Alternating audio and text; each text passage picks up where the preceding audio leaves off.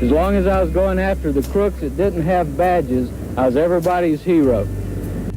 Vic, we are back in the high life again, as Steve Winwood would say. Back in the high life. I like Steve Winwood. I still cannot believe Steve Winwood is dead. I thought he was still alive. Did he die? Oh. Hey, Siri.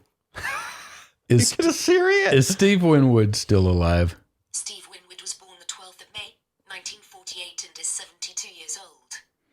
I guess he's still alive. That's pretty crazy. He's only 72. I thought he was older than that. That's older than me, so that's pretty old. Wow. Good tunes, good songwriter. I loved him. I really like the one that he did, Higher Love. Yeah, that's a good one. With his backups, singing backup was Shaka Khan. Oh, for real? Yeah. I like that. That real high voice in the background, that's Shaka Khan, right? That's her. That's pretty cool. Yeah, that's one of my favorite songs ever. But I thought Steve Winwood had died. Well, I'm happy he's alive. I'm happy to hear he's alive. I saw him live at the ACL Theater like 5 years ago. It was awesome. Oh, really? Okay, well, I thought he'd been dead about 5 years. So. No, Siri, I hope you're right about Steve Winwood, because I like him. She said, I'm right. Nice to be right. Oh, that's creepy. It's nice to be right. That's creepy. Speaking of creepy, Vic, we've taken a pretty long break, but I'm happy to be back in the saddle. We've taken a long break. It's incredible. I used to have trouble remembering what day it was. Yeah. Now I have trouble remembering what year it is. Oh, that's... Yeah, I know. Well, I don't blame you. I don't blame you. We've just kind of put the world on pause, haven't we? The world has sort of been on pause. You and I have still been working. The reason we don't know what day it is true.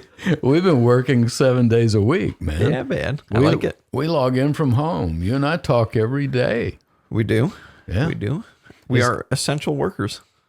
That's what the Supreme Court said. Yes. We are essential workers. I carried that little letter around in my car just in case the cops pulled me over at the beginning of the lockdown. What are you doing out here?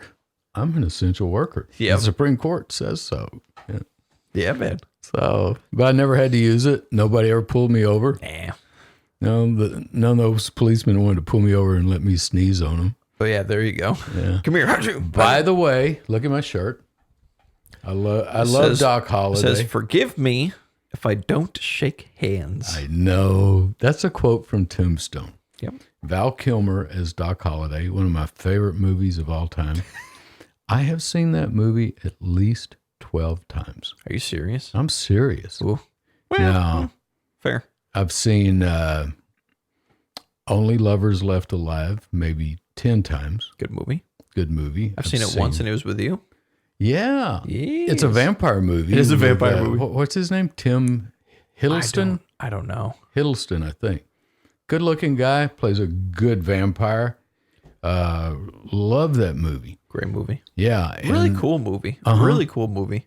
And what's the girl's name that's in it? She's real famous. I always... Tilda Swinton. That's it. Yeah. That's it. Yeah. I love her. Yeah, she's trippy, man. She's many roles. An interesting look about her, too. Yeah. There's something like, is she pretty or is she not pretty? I don't know. I don't care. Is she an alien, I really Vic? like her. Is she an alien? Is she? And supposedly we're going to find out if there's aliens in June. In June. Yeah, it's part of the COVID package. They're supposed to tell us. And you can just bet they're going to tap dance all the way around it. I don't know, man. I think they've released enough now to where we're all just like, all right, man, they're here. Just say it. Just say it. My problem with it is that there's so many iPhones in the world right now. Seems like we'd have some decent video. Maybe we do have decent video. Well, what happened to it? It's all on YouTube. It's all over the place. Really? Absolutely. I got to go looking for that. Oh, you'll go down a rabbit hole. But the problem is, and we've talked about this before, the tactic is disinformation. And I think especially with things of this nature, I think what they do is every valid video that comes out, they put 10 CGI ones out there, then call them fake, knowing they're fake, and just try to confuse people. I think you're right about that. Yeah, because it is so easy to fake stuff now.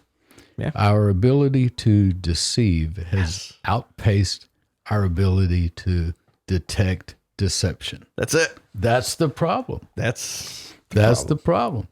Otherwise, those videos of, that they claim they had of President Trump and the prostitutes and the whatever it was they were doing. I can't remember the word for it. But anyway, as much as I'd like to believe it, I probably don't, just because it's so easy to fake stuff. It's so easy. And remember, we were watching these videos, they call them deep fake videos now, where they'll take like a movie and they'll switch the actor in it. And I showed you the one that's Back to the Future. Yeah. Where I think they put like a Robert Downey Jr. in. Right. Instead of Michael J. Fox. I've seen on Instagram where people are putting their own faces in that kind of stuff now. It's incredible. By the way, Jonathan. Yes. Well, today is the 25th of March, I think, that we're actually talking. This will air later. It will. We need to set some ground rules, though, because I've been, during this hiatus that we took, I've been noticing that we talk about the date and what date it is a lot. Do we? That's not the day that it ran. That's true. So maybe in the future we won't talk about what day it is. Or what year it is. Or what year it is even. Yeah. Start date 2021. Yeah. Now they said, I Googled that to try to figure out what that meant, start date 2021. Yeah, because you're on a Star Trek binge. Yeah, I'm watching The Next Generation. I had never seen it. Can you believe that? I had never seen it. So I just started it a few weeks ago with episode 1, season 1. That's incredible. Back then they used to put 20-something episodes into one season. So we're still on season 1, but totally enjoying it. What does it mean? What does it mean? What does it mean? What does what mean? Start date. Oh, well, they're saying, I Googled it, and they said you can't correlate it to today's time. But Picard said something just the other day that made it sound like it was exactly 300 years from today. From when they were. Yeah, so I don't know. I don't know. It's a fictional show. Or is it? I don't know. But trippy, man. So here we are, Vic. We're hopefully, fingers crossed, praise the little baby Jesus, that we're coming out of this pandemic. I pray. You're vaccinated. I pray. Vaccinated. Got my shirt. Forgive me if I don't shake hands. But I've had both my vaccinations. Yes, I've had my waiting period. I'm now officially immortal. Yeah, something like that. I am immortal. Something like that. Yeah, something like that. And I think they're opening it up right at the end of this month to any adult in Texas. Start next week. Can get the anybody over 16. That's awesome. Get your appointment, go in and get that shot, because the scientific evidence is that the shot gives you better protection than if you had actually had the virus. Right. The immunity you get is better from the shot. You can have the virus and still get it again. Right. The chances of you having the shot and getting it again is very slim, even against some of the variants. And I'm praying that everyone will go get vaccinated, because the immunity you get from the vaccination is so much better. And unless everybody gets vaccinated, I mean every adult, because you got everybody 16 under that's not getting vaccinated. Right. And we need like 90%, 85 or 90% vaccinated before we get this herd immunity. That's what I was going to say. Yeah. It's that high of a percentage? Yes, it is. And we're not going to get the herd immunity without it. And guess who's not taking the vaccination? It's out in the newspaper today. They did a poll. The University of Texas did a national poll. Who's not getting We've been hearing all the stuff about how black people are paranoid about taking the vaccination and they're not going to take it. And it's harder to reach the Mexican Americans because so many of them don't have computers to make their appointments and all that. Well, the biggest percentage of people not taking it are those who can get it the easiest. White Republicans. Oh! 61% of the white Republicans, Caucasian Republicans polled, said they had great apprehension about the vaccine and were probably not going to take it. Well, Perfect. That could certainly change the playing field as far as politics goes if all these Republicans start dropping dead of the virus next year and some of its variants because they were following their false unicorn into these lies of COVID doesn't exist. False unicorn. That's hilarious. False unicorn. Donald Trump. False unicorn. First time I've ever heard that one. Oh, man. I've heard him called many things, but not a false unicorn. Sometimes, this is a lyric from a writer I love. Sometimes I feel that it just isn't real. Oh. The world's in a spiraling spin, tumbling down after Beelzebub's laughter. Won't someone admit it's a sin? Ooh. And he has a line in there about false unicorns too. I'll think of his name in a minute. I really liked this songwriter. He and my uncle, Jim Feazell, used to be roommates out in L.A. when Jim was a stuntman, and Hoyt Axton, that's his name, was just starting to write songs and record stuff. Cool. Fabulous songwriter. Unfortunately, he's known best for playing the dad in the first Gremlins movie. Oh, man, I remember the Gremlins. But he was a fabulous I'm surprised they haven't songwriter. done a remake of those movies. Oh, yeah, I know. Well, they did a bunch of sequels that kind of sequel suck. And but they could remake that one. But trippy. I like the lyrics. I like the lyrics, yeah. Especially, I mean, how long ago were those lyrics written, do you think? That was written in the 60s. Still relevant today. Yeah, still Some relevant things are today. timeless. Yeah, Hoyt Axton. Look him up sometimes. He's done some great stuff. And look up my uncle Jim Feazell. Stuntman. Yeah, you remember Christian. He was Christian's dad. Mm-hmm. Yeah, Christian Feazell. Christian, And he my wrote cousin. he wrote a book, didn't he? He wrote several books, but one in particular about his work as a stuntman is called Feathers. Okay, yeah. And he considered each person he met that was an influence in his life one of the feathers in his war bonnet. Oh, that's cool. And John Wayne was one of them. He was John Wayne's stuntman. Cool. Yeah. In those spaghetti westerns? Well, John Wayne didn't do spaghetti westerns. He didn't? No. He just did westerns? Clint Eastwood started the spaghetti westerns. Is that right? That were actually filmed in Italy because it was cheaper to do it over there. Right. But no, John Wayne, he was all American with his stuff. Yeah. Isn't that funny? And yet he never served in the military, right? At all. I have no idea. Yeah. He served in the military a lot in the movies. That's what I'm saying. I know that. Yeah. Yeah. Well, man, we're coming out of it. I hope. And what you said, that we do hit that herd immunity and that demographic of which you just spoke.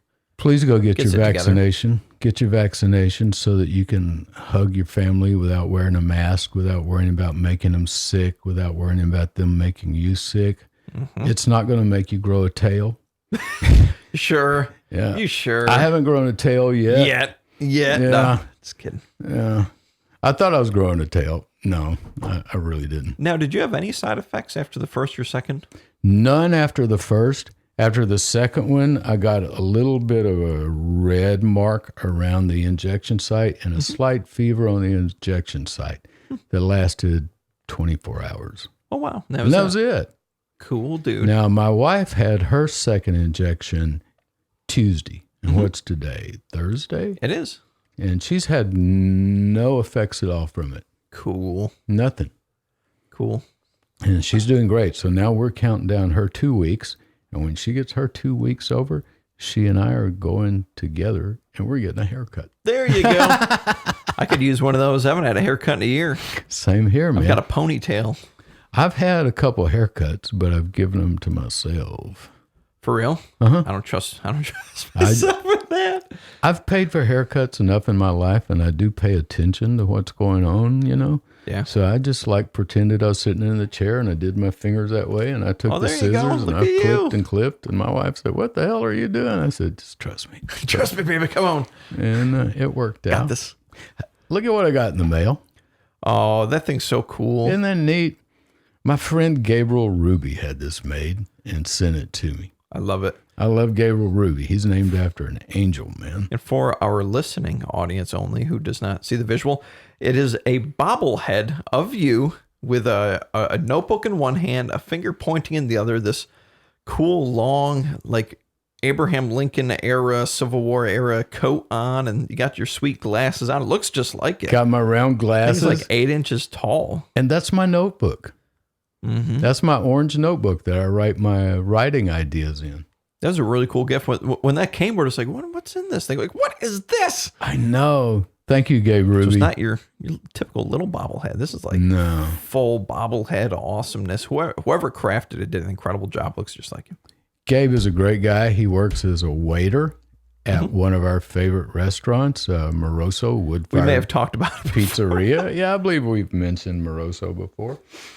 And he is also a youth pastor at a local church. Oh, cool. Yeah, so he follows in my footsteps there.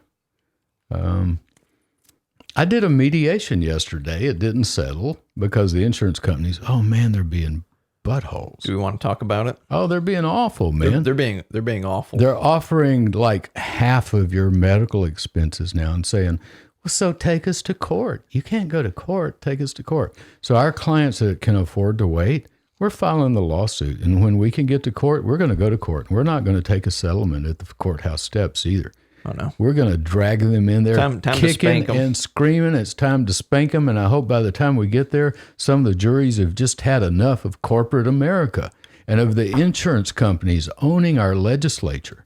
And if you get hurt by a hospital or a doctor, you know, they brought the caps down so low that nobody's going to take your case. Yeah, medical anyway. malpractice, they capped it at $250,000 in Texas. So if they make you a quadriplegic, the max you can get is $250,000 Today.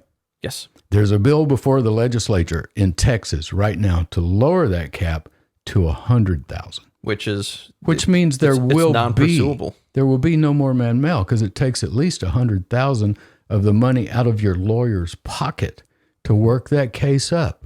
Yeah. They're doing their best to make sure injured people do not get compensated, and they're doing their best to put plaintiffs' lawyers out of work. And it's not helping the doctors. Their insurance hasn't gone down at all.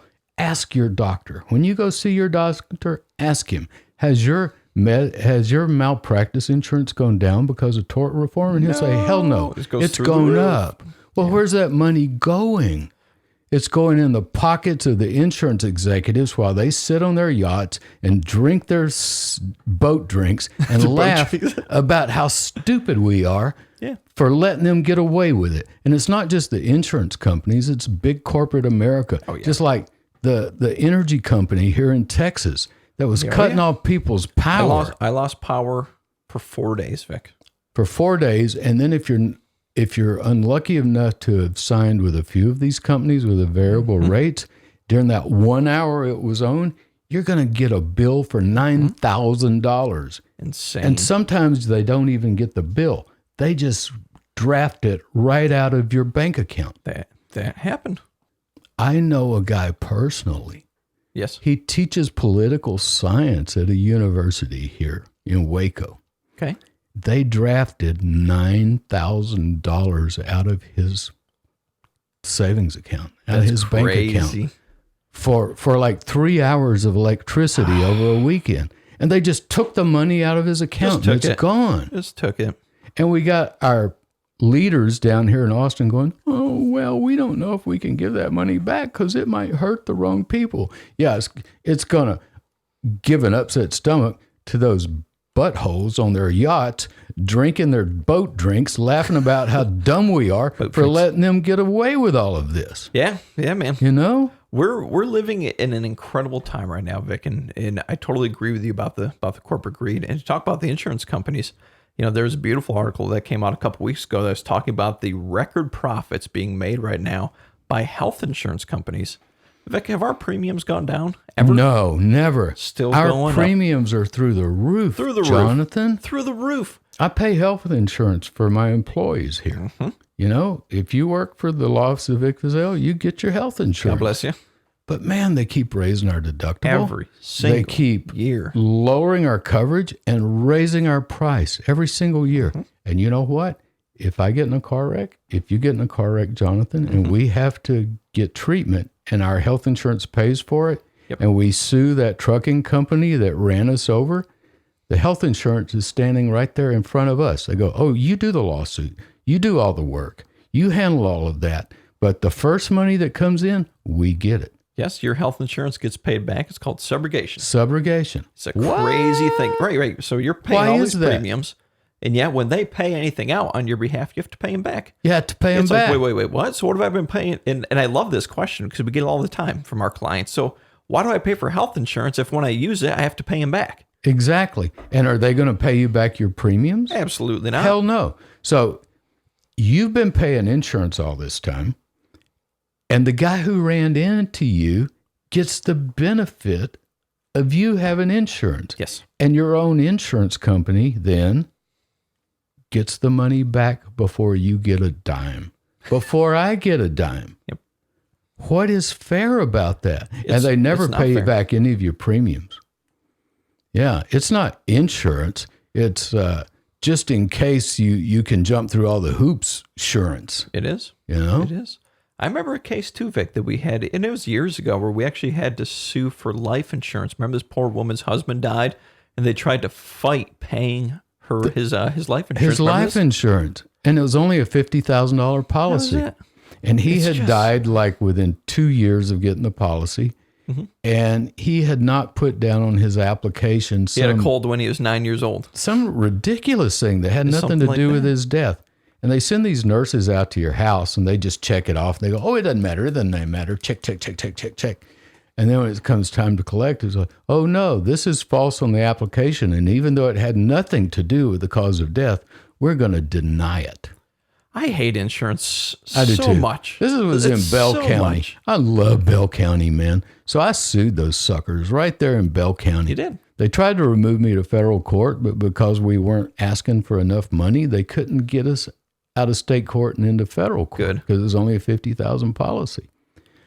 And I didn't want to waste our clients' money. I was going to trial without a deposition, without discovery, without anything. I was just going to walk in with my pad and my pen and tell the jury what happened and let them decide, because I trust people to do the right thing. Well, and in this case, yeah. And the lawyer on the other side said, Your Honor, we need a continuance because Vic Feazell hasn't taken any depositions and he's doing his client a disservice. I go, what?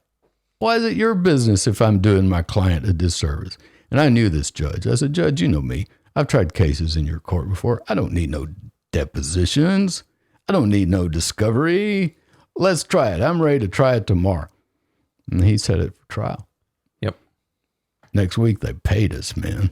Well, and I do remember they did do the deposition of our client. Mm-hmm. They did. They did ours, but I never took any. Correct. And she was a rock star, man. She knocked it out of the park. She was good. Yeah, man, just smoked those insurance attorneys. Her husband had been with the fire department over there in Killeen or Copper's Cove for years and years and years and years. And the insurance company still was going to screw this little old widow lady. It's unbelievable, man. Greed, people. Advantage. It's just. Oh, greed is one of the 7 deadly sins. Sure is. Says Bobblehead Vic. Your pointy little finger. Greed is one of the 7 deadly sins. It is. I like it. I like that one. Well, we'll be coming back. Yes. This is just a fill-in episode to let you know we have not disappeared. We're going to be coming back. We are alive. We're even thinking about doing some Facebook Live, we'll do some Facebook Live stuff this year so that you can write in or call in with your question right then. We're going to do a lot of giveaways. You can get started on this right now. Doug Swanson, who wrote Cult of Glory. Yes. New York Times bestseller, Cult of Glory. He got a lot of press on that book. Wow, did he get a lot of press. This is the book that caused the statue of the Texas Ranger in Love Field to be removed. Yes. You know, they're removing Confederate people all over the country. Well, they removed the Texas Ranger from Love Field because of the stuff that this book revealed. Yep. Anyway, and there's a chapter in here about me too, by the way. And Doug Swanson has signed these books. Yeah, They're signed by the author. We bought several of them from Doug, and we're going to give these to our listeners. Love it. So what you have to do if you want a copy of this, and we've only got 4 or 5 of them. That's right. And if you want another one, you got to go to Amazon and order it from Amazon, and we won't have anything to do with it. It probably won't be signed. True. But you look at our website, vicfeazell.com. That's where all of our podcasts are listed. And listen to even this podcast. Listen to any of them. Leave us a review. Subscribe. Hit the thing that says 5 stars and write out a sentence or 2 that you left a review, take a screenshot of it and email it to us. Yep, right through our website. Right to our website, info@vicfeazell.com. And the first 5 people that do we have 4 or 5? 5. 5. The first 5 people that do that and send us that screenshot, and then when your review appears right there on the what is it, app or whatever you call it? Yeah, whatever. Good enough. We will mail this to you, and we will pay the postage. It's going to cost you nothing, and that's a heavy book. It's a good book. That's a heavy book. Heavy reading, dude. It is a heavy read. Heavy reading. But it's a great read. And I got another good book here, too. This one's cool. We found this stockpile you had of these. Stockpile. We got like 10 or 12 of these. Mm-hmm. Same thing. And if we run out of these, then we're going to go right into these. This is They Call Me Sister Clemmy, the Henry Lee Lucas story by Clementine Schroeder. Yes. And Sister Clemmy is in The Confession Killer on Netflix. Mm-hmm. I went down there with the Netflix people to Sister Clemmy's house, and she was interviewed and did a great job. And I've got such fond memories of Sister Clemmy. She was Henry Lucas's spiritual advisor while he was in jail in Georgetown, and prayed with him and helped. And she believed he was a mass murderer. She did at first. And she believed that she was the one who had brought this serial killer to Jesus. And then to find out he wasn't really a serial killer, he was just, doing what Sheriff Boutwell wanted him to do, which was be a serial liar. Yeah. But she wanted to do what was right. My phone's ringing. Let me turn that off. You'll just have to wait. She wanted to do what was right. And so she and Henry prayed. And he recanted everything. And then 30 years later, that's when the DNA started coming out, and we start finding the real murderers. So anyway, same thing. They call me Sister Clemmy. Subscribe. If you're already subscribed, you don't have to resubscribe. Just leave a review, screenshot it. Send us your address. We'll send this to you. If you want me to sign it too, or write you a personal note and stick inside, I will. But and go back and listen to some of our previous episodes, because we talk about Sister Clemmy a lot. Yeah, she was a major player in all of this, and she was a fine lady with a lot of spiritual strength. I dig it, man. I dig it. And we're going to maybe talk about Jason Baldwin some more. Yeah. The West Memphis 3. Yep. We had Jason on this past year. We did. Great guy. Love Super Jason. Cool, dude. Love Jason. Mm-hmm. Now, you don't want me talking about this, but what's up to you? We got some hate mail from having Jason on. Yeah. We did. There's some nutters out there, man. Oh, there's some haters out there. There's just some crazy ass people out there, man. There are. And so we got some hate mail for having Jason on. But I'm telling you, Jason is one of the most honest, sincere, sweet people I've ever met. Oh, yeah. And there's no way that man ever committed a murder. And the people who wrote the hate mail, use your real name next time instead of hiding behind the names of the dead boys. Quit being a candy ass. Use your real name so I can look you up. You know who I am. Let me know who you are. And not by sneaking around the corner and surprising me either. I mean, send me an email with your name and let's discuss this like grown-ups. Quit being a little mean hysterical kid here.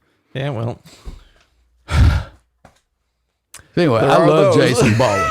I love Jason Baldwin. I support Jason Baldwin. Jason Baldwin never killed anybody. Nope. You know? And the only thing I ever saw him kill was some raviolis at Moroso. Yeah, he did do bad that. Boys out. He did do that. Yeah, he's a great guy. Yeah, he was a really, really. He's a great guy, and all those guys got railroaded by an investigative technique that's designed to coerce a false confession. And Jason never confessed to that murder. Correct. It was that other guy, the poor little old guy who wasn't so smart. I can't remember his name. Will come to Jesse me. Miss Kelly. Jesse, yeah. Mm-hmm. And he was a good guy too. He just wasn't all that bright. And he let the cops just twist his arm and make him say, people, if you ever get arrested, you have a right to a lawyer. Don't you talk to the police. The police are not on your side. You tell them, True. I want a lawyer. I'm not talking to anybody until the lawyer gets here. Well, I understand, but it'll look bad if later it comes out that you didn't want to talk to us. You wanted to see your lawyer first. What do you got to hide? You have a Fifth Amendment right. All that stuff the cops are saying will never see the light of day. No juror will ever hear that. They're lying to you. Do not let the police lie to you. And I'm telling you, they're out there just trying to make numbers right now to make themselves look good so they can justify all the grant money they're getting. That's the problem I've got with all these human trafficking cases. That's the problem I've got with a lot of the gang cases. You know, they're arresting junior high kids and calling it gangs, just so they can get some grant money in here. And that's the problem I got with the war on drugs. The war on drugs has done nothing but become a racist tool for KKK cops. Yeah. We need to legalize it. Quit doing these no-knock warrants and quit pulling cars over because they might have weed. Yeah. Some white guy can go shoot and kill 12 people and he's walked out by the cops. Some black guy doesn't dim his headlights and he's going to get pulled over and tased to death or killed. It ain't right, people. No, it's not right. So let's not get complacent. Let's not get lazy. Let's keep speaking up for our rights, or else big government and big industry, big corporation will run over you. They will run your butts over. And folks, we're going into a new era, a new time where we have to be diligent all the time because things are changing so fast. Things change more now in a 24-hour period than it did in 5,000 years back at the beginning of history. Think about the history. It took forever before fire was even invented. And then after fire was invented, the next great invention was the wheel, And then there were some little inventions along the way after that. And finally, the printing press. And then the Industrial Revolution. And then the Information Revolution, the space age. Oh, yeah. And things have just gone through the roof. Man. I mean, one year's time. I mean, changing all the time. Yeah. I mean, just the exponential growth. And now we're hitting the singularity of man and machine will combined, which we were talking about yesterday with Elon Musk's Neuralink and that kind of stuff. I mean, I hope I live long enough for that. I really do. Yeah, if not, we'll implant you one and bring you back to life. Do that. I'm ready. I'm ready. If that tech exists. Yeah, I'm ready. But yeah, stay diligent, people. Watch what's going on. Take a break from the news every once in a while. No matter which line station it is, whether it's Fox or CNN or one of them in between. Take a break and just let your mind rest. And be diligent so that you're not misled, so that you're not fooled by big government and by big industry. Don't get out there throwing rocks and starting fires and stuff like that. Make your voices heard and vote. And let your voice be heard about what's going on in all the legislatures around the country, the state legislatures. They're trying to take away people's right to vote by limiting the hours the polling places are open, by limiting mail-in ballots, by making people who are disabled get medical records to prove they're disabled before they can vote absentee. This is a democracy, people, and we're letting the tail wag the dog. The losers are trying to still act like they're the winners. No, put a stop to it. And no matter what side you're on, try to do what's right. Not just, I'll justify this because it fits my preconceived opinion. No, let's do what's right. Simply because it's right. And how do we know what's right? Take a breath. Yeah. Take a breath. Think about it. Relax. Be still and know that I am God. That's the message from the Bible.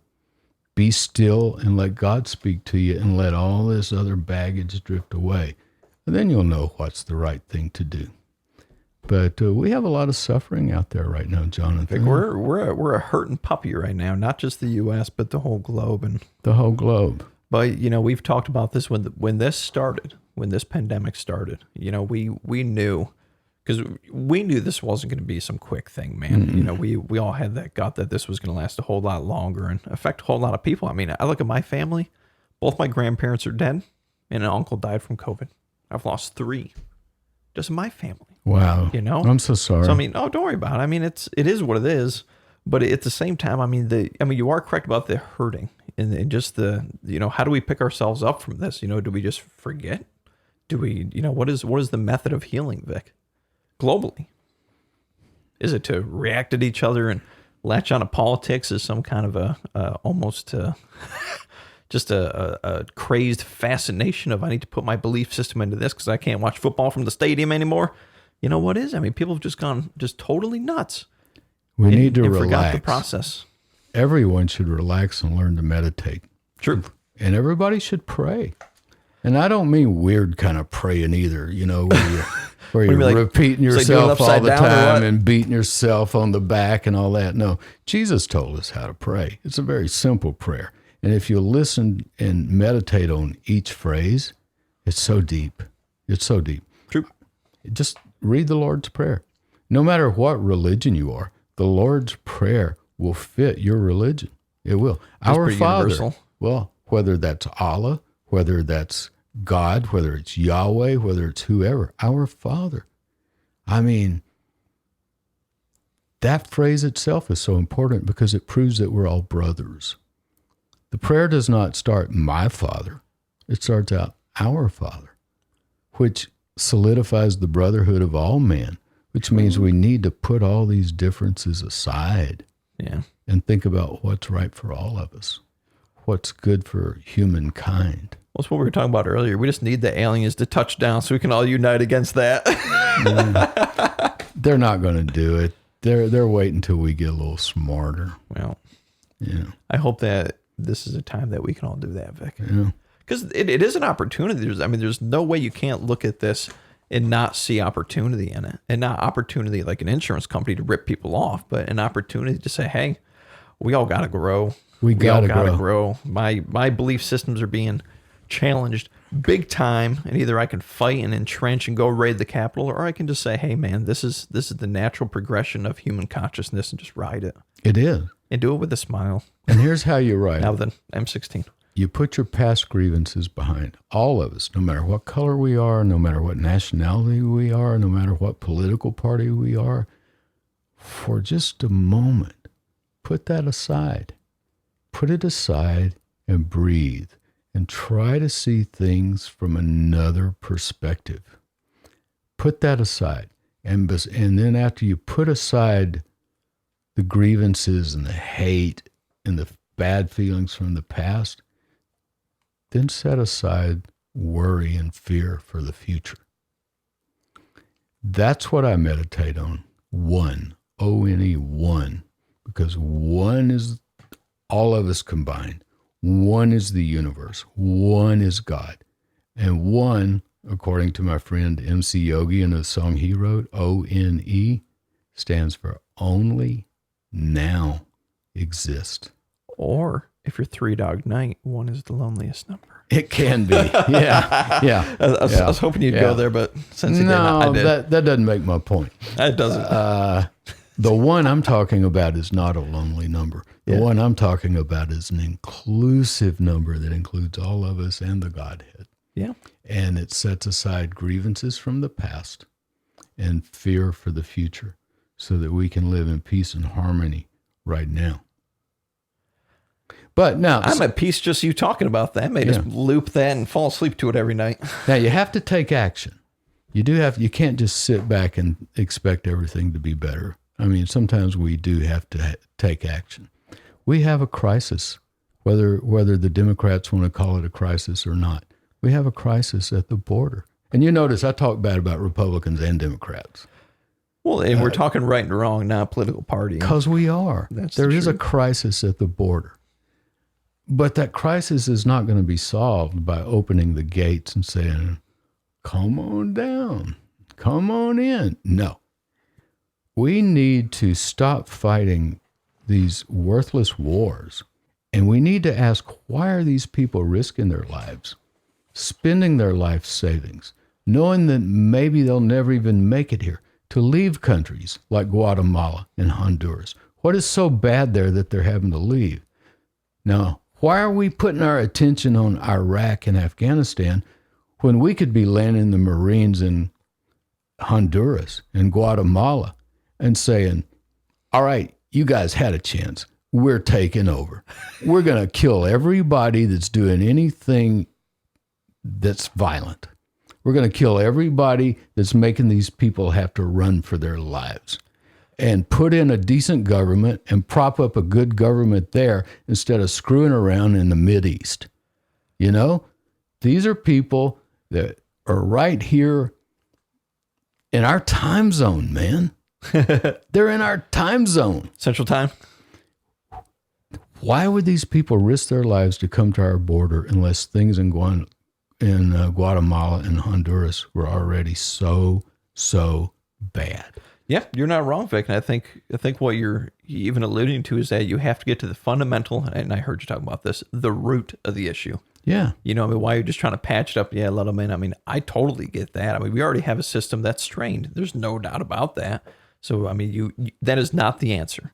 But the answer is to find the root of the issue and deal with it, you know? Exactly. Not put a puppet government in, but let it do itself. Let it do itself. We've tried that before. You don't kill a tree by plucking off its leaves. Nope. You take an axe to the root. And if we're going to fix this problem, we're not going to do it by plucking the leaves down at the border or by building a wall. Yeah. We're going to do it by taking an axe to the root in Guatemala and in Honduras. And damn it, if I were the president, I'd have the Marines in there and we'd have this thing fixed in like 6 weeks.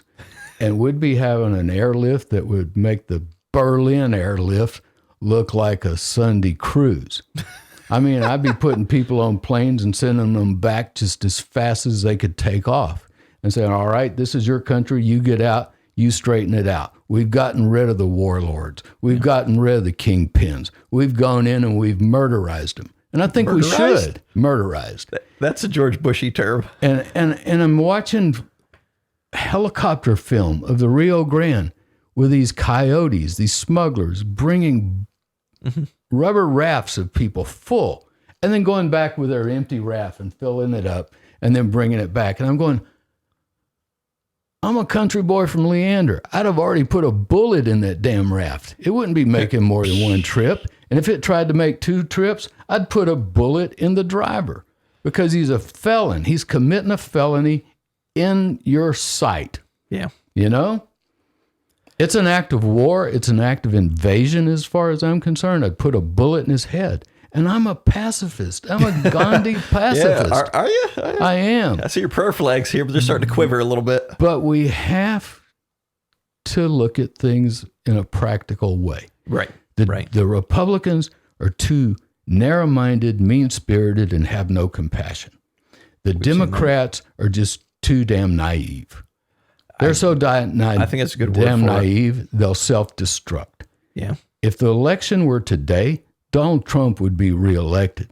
I hate to say that because I couldn't stand watching his piggy face spout those lies night after night after night on the news. I'm so glad that that's gone. Yeah. You know? Yeah. But at the same time, Joe Biden, what are you doing, man? Falling here's upstairs. this guy who claims to be liberal, and he just fired 5 guys from the White House because he found out they'd been smoking weed. I know. What the hell, Joe? I know. They were created for a reason, Joey. What the hell, Joe? Jonathan, I might ought to run for president. Maybe on a third party. I would lock myself in the Oval Office, and I swear to everybody that voted for me, I would not leave the White House for 4 years, and I would not run for re-election. And by the time I left, a lot of problems would be fixed, damn it. You know, I believe that. I believe in you with that. I think that you would make a phenomenal commander-in-chief. And actually, you just segued me into something. So these last few months, we've got like tons of fan mail, per usual. The Netflix thing is still going strong. But it's funny you should say that because one of these reviews, it's almost like you just teed me up for this. Read it to me. It's so nice. This one's great. This is from a guy named Sean Stevens. He says, hey, Vic, you are my new hero. The way you fucked the government was awesome. Come join the Libertarian Party and run for president. Boom. Damn, Somebody Sean. wants you. Somebody wants you. Thanks, Sean. I might just do that, you know? Now, I've never been a libertarian before because, unfortunately, all I ever met that were libertarians were kind of nuts. I was hoping you were going to go into a joke and say because you never learned the Dewey Decimal System. And then you go, no, John, that's a librarian, not a libertarian. Some dude named Dewey. No, actually, I know the Dewey Decimal System. I used to use it. I used to keep my books organized that way. Did you really? All right. Sorry to get off track. That was that room you had to clean out for me after the flood. Oh, the Remember pool? all those Pool awful moldy books? I recall. Yeah, that's when the flood. And the snake you said was down there, the boa constrictor. The boa constrictor. That was nice, yeah. Yeah, messed it up. Yeah. But the Republicans and the Democrats have gotten so polarized that I think that a lot of smart people are now starting to head toward the libertarians. Sure. And I've really been thinking about that. Yeah. And that would hurt some of my friends' feelings, like Mary Duty, who's head of the Democrats here. And I love Mary, and I love a lot of the Democrats here. And that hurt the feelings of some of my Republican friends, too, because they're always trying to get me to, back in the early 80s before I ran for DA, they were trying to get me to run for the state rep as a Republican, and I wouldn't do it. Mainly because I wanted to be DA. Yeah, fair enough. But, yeah, if we had somebody in there who would just try to do what was right, not beat his chest and bandstand all the time like Trump did, and not be tripping up the airplane steps like Biden did, just stay in the Oval Office and fix our problems. Yeah. And I think that's, as a country, Vic, I can't help but feel like that's how everybody thinks, is that we want the middle way. We do. It's not that we can't identify the extremes. I think any person can identify, well, you got the Republicans are here. You pretty much know what they're doing in this extreme. The Democrats are doing over here in this extreme. We just want the middle way. That's what Buddha said. Yeah. The middle path. Yeah. Namaste. Namaskar. Shanti, shanti, shanti. All right. That means the spirit in me greets and honors the spirit in you. Oh, yeah. Peace, peace, peace. I dig that. Yeah, so coming up though, Vic, let's talk about this, man. So we're back to, we'll start doing some episodes again here. We just wanted to let you know we're live. And we still got 2 we're editing. The one with John Ben Sutter, which is going to be great. Yeah. Yeah, we're having to cut out all the stuff that he says that could get him, shot by somebody. But as soon as we get that done, John Ben, you're going to be on there. And then Liz Flatt. Liz Flatt, yep, who was also in The Confession Killer. Mm-hmm. That is the Lemons case. Yeah, the sister of Deborah Sue Williamson. Yeah. Yep, so that's good. We've talked that one up quite a bit, which I think that one's actually pretty well edited. So we'll get that one out soon. But We need to find some of that old footage of Bob Lemons when he went into the Northeast interviewing Henry Lucas's relative, so we can splice that in there every once in a while. Speaking of footage, it was really cool. So one of the guys in our office, Robbie, got a call from the DA's office, right? And they found in a closet. Right? Now, got a call from the court coordinator in the 19th District Court. They found a huge box full of VHS tapes. In an old locked closet under a stairwell that had not been into in like 20 years. Yeah. It just said Vic Feazell on it. Uh-huh. And they were all of the exhibits that the defense had put into evidence during the Below trial when I sued That's so cool, Channel man. 8. So we have all these sweet vintage VHSs. Yeah. They haven't been played in obviously that long. Yeah, we're going to have to dust them off, pull out our old VHS and look at them. But I kind of remember what's on them. Yeah. Because they didn't find a box with my exhibits, because after the trial, I went and picked mine up. Yeah. And that's what we've been playing off and on this show. So, But they left theirs behind, only to be found 30 years later. 30 years later, blocked in under some stairs. Isn't that funny? Isn't it? God. So we've got that treasure trove to go through. Can't wait. So we will digitize that and add that to the hard drives. And I bet with those things not being played, that the fidelity of them is probably pretty solid, probably better quality than stuff we have that's been VHS is played over and over and over. Yeah. I kind of hesitate to look at them, though, because if it's stuff that Below introduced into evidence, it's probably pretty negative about me. But, whatever. Yeah, It's okay. I think at the end of the day, the person with the Guinness World Book of Record wins. And that's you. I think so. Yeah. Well, what do you say we wrap this puppy up, Vic, and we read a couple of these sweet emails that we've been getting? I've just got a stack of these things, so pick one or two. Yeah, I'll pick a couple. Here's one top of my list. This came in not too long ago. It says, a hello from Ireland. Ireland? It says, Dear Vic, I don't often reach out, but I spent yesterday evening watching The Confession Killer on Netflix. I just wanted to let you know that I'm thankful that there are people like you in the world who will stand up for justice and seek the truth. I just felt moved to send you this email note of support. Well, that's cool. Does it have a name? It does. Sarah Cassidy. Sarah Cassidy from Ireland. Thank you, Sarah. And if you have any friends over here, ask them to vote for me when I run for president. I love Ireland. We mail coffee to Ireland sometimes. We mail coffee to the UK. We mailed coffee to the UK last week. We did? We mailed some to California last week. It's good coffee. It's good coffee. And we have a guy here in Waco who buys a Ronnie. bag. Shout out to Ronnie. Shout out to Ronnie. Give Ronnie a shout out. Shout out. Shout out, Thank you, Ronnie. Ronnie buys a bag every couple weeks. He stocks up like every month or two. He orders a couple bags. Yeah. Thank you, Ronnie. We're just his coffee guy now. Yeah. And for our listeners, the supply of coffee has not been interrupted at all by COVID. So if you need some coffee and want to support good causes. Yeah.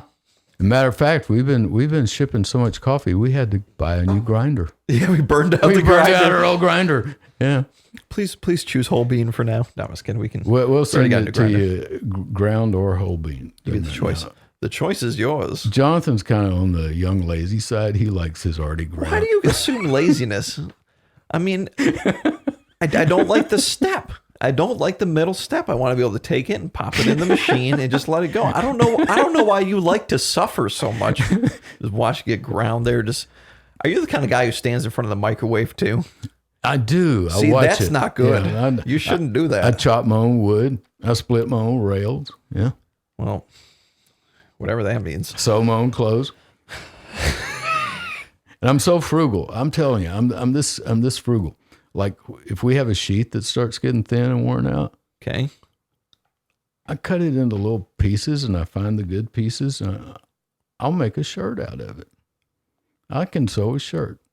Like if I were to go into your home, there would be just 2 or 3 sheet shirts. Yeah. Uh-huh. I mean, do you call them sheet shirts? Yeah, but then they start to wear out too because it's kind of thin already. Anyway. They make them into socks. What do you do? You just keep kind of cut recycling them down. Then I make handkerchiefs and scarves out of them. You are something else. And then when those wear out, I just make little squares and I save the little squares. And when I have enough little squares, something to do about you every day. You know what I do with the squares? What? When I get enough squares, I'll make a sheet. You are. Whatever you want to do, man. Thank you for recycling, I guess. Thank you, I guess is what I owe you. Keep it rolling. Keep it rolling. Well, let's roll into this last one because you said something about England. And it sounds like this guy may be from England. His name is Chris Drummond. He says, Dear Mr. Feazell, I'm currently watching the Confession Killer doc on Netflix. I just want to say bloody well done. Thank you. I know it must have been really difficult to stand up for what was right, and it shows how right you were by the way the government treated you. I think you are an inspiration and a fantastic representation standing up for what is right. Best wishes, Chris. Wow. Thanks, Chris. Thank you a lot, man. It's going to take a lot of episodes to get through all these reviews. Oh, sweet. It was really cool. Yeah, we've gotten tons of mail. We've got listeners all over the world. And even though we've taken January, February, 3-month hiatus here. Because we were planning on being back in January. Yeah, we were hoping. Yeah. But even though we've taken a 3-month hiatus, our numbers have still been good. Mm-hmm. New listeners downloading, new listeners finding us who had never found us before. Yeah. New coffee orders. And I think the Confession Killer is still just going strong, Vic. It is. It seems like when it first came out, it was a lot of U.S. interest. But now it's becoming just such global interest. And there's one that came in not too long ago, like maybe last week from Poland. Poland. You know, people I've gotten messages from Nicaragua, from Colombia, Japan, all over Germany, and the UK. Yeah, a lot in the UK. Oh, yeah, in Poland, the message from Poland. Yeah. It's cool, man. The power of the podcast to reach. Yes. Well, we do have a lot of really good content coming this year, Vic, and we've got we invested in new technologies, and we're just waiting for this pandemic to be over so we can get these guests in, man. So we have so many cool people lined up. It's just lots of good guests lined up. Plus, we were starting to get speaking engagement invites that we had to cancel all of them. I've got one coming up in January. That's the soonest I've got right now. God. Yeah, January. But like I said, I'm fully vaccinated. I'm immortal. I'm safe, man. I promise. When more people get vaccinated, I want to get out there. So, like, if you need a speaker starting in like August or September, get to me. Get to you. Not October. I'm going to block off the month of October. What are you doing in October? I'm going to get my yoga teacher training in October. I'm going to get my 200-hour certificate. Cool, so I'm taking man. the month of October off. I'm still going to be working at night through the computer, reading pleadings and talking with you and Robbie and James. Yeah, and keeping things moving. But yeah, I plan to go out to California and I'm going to be trained by MC Yogi. Oh, cool, man. Yeah. Your buddy. Nah, my buddy MC Yogi, his wife Amanda, Nick Giacomini, yeah, wonderful guy, wonderful musician. Dig it. And unless something happens to knock me out, I've already paid my. I got you deposited. I've already paid my deposit, and I'm looking for a house right now. So yeah. So cool, man. Well, hopefully in October, that's what I'll be doing. I dig it, and hopefully we'll all be in a better place. Because I want to get flexible enough, and I'm also learning some breakdance moves. And learning to moonwalk. For being almost 70. I know. I think that's why you're so limber and young, man, because you don't believe in age. No, age is a myth. Don't think it's real. Do not buy into the old age myth. Just because people around you, your age, are getting old, it doesn't mean you have to. It's a state of mind. Don't buy it. It's a myth. Moses knew better. Methuselah knew better. Follow their example. You can live as long as you choose, as long as you don't do bad stuff to yourself. So, yep. Yeah. And don't get in a car wreck. And if you do get in a car wreck, have UIM. You need uninsured, underinsured motorist coverage. True. We're having to let go of about 3 cases a month right now. Because there is no insurance. No insurance. People drive around with no insurance like crazy. You ready for this one too? If you live in the United States and you're listening to this, the amount of uninsured 18-wheeler drivers right now is through the roof. So dig this. So we have a client who got hit by an 18-wheeler. We said, pony up the insurance. And they said, that dude's uninsured. So what's happening right now is this craziness where there's never been a need for truck drivers like there is right now, period. You have Amazon, obviously, and you have people that just need to move stuff right now. And with the pandemic, how much is delivered, all that kind of stuff. So what's happening is all these trucking companies typically would bring a driver on, and then they would have to get them insured through their insurance carrier, where the insurance carriers are looking at these new hires, and the people that are getting these jobs now are, not the kind of people you want driving trucks, tons of speeding violations, not to mention other criminal violations. So they're choosing not to insure them. Truck driving companies, however, still need drivers. So they're basically just throwing them behind the wheel of an 18-wheeler uninsured and saying, have at it, baby. We need to make profits. We need to get this stuff going. And and they hit you, of, uninsured drivers. You're stuck with all those medical bills unless you've got uninsured motorist coverage. And that is cheap, especially if you get it now, because it's not used very much. So it's cheap, really cheap, and you need it. Or else you could get hit by an 18-wheeler that's not even insured. It's like $20 a month, man. And I get like $50,000, I think is what the coverage is that I have. And it's like $20 extra a month for uninsured, underinsured motorists. And that's the thing too, is you have to think people that are in a pinch for money right now too are either going uninsured, period, or they're going underinsured, meaning they're buying the Texas minimum, or not just Texas, any state minimum that you can buy, which here in Texas, it's $30,000. But if you get in a wreck and you're taken by EMS to a hospital, that's going to eat that money up so fast, Vic. So fast. We need to talk after this about insurance companies because I've got $500,000 in UIM that cost me $20 a month. Well, I don't know what to tell you. Yeah. So get it. Am I getting ripped off for my 50? Get it. It's cheap. It's that cheap. $500,000. Get it. And let's talk after this about that case you're talking about. I saw that correspondence. I want to sue the trucking company. I agree. That is so evil what they're doing. I want to sue them. Yes. Even if we never get a dime, let's put them out of business because they don't have the right being on the road, injuring people, and then saying King's X. Yep. Yeah. Vic, that is the word of the Lord. Word of the Lord. Peace out.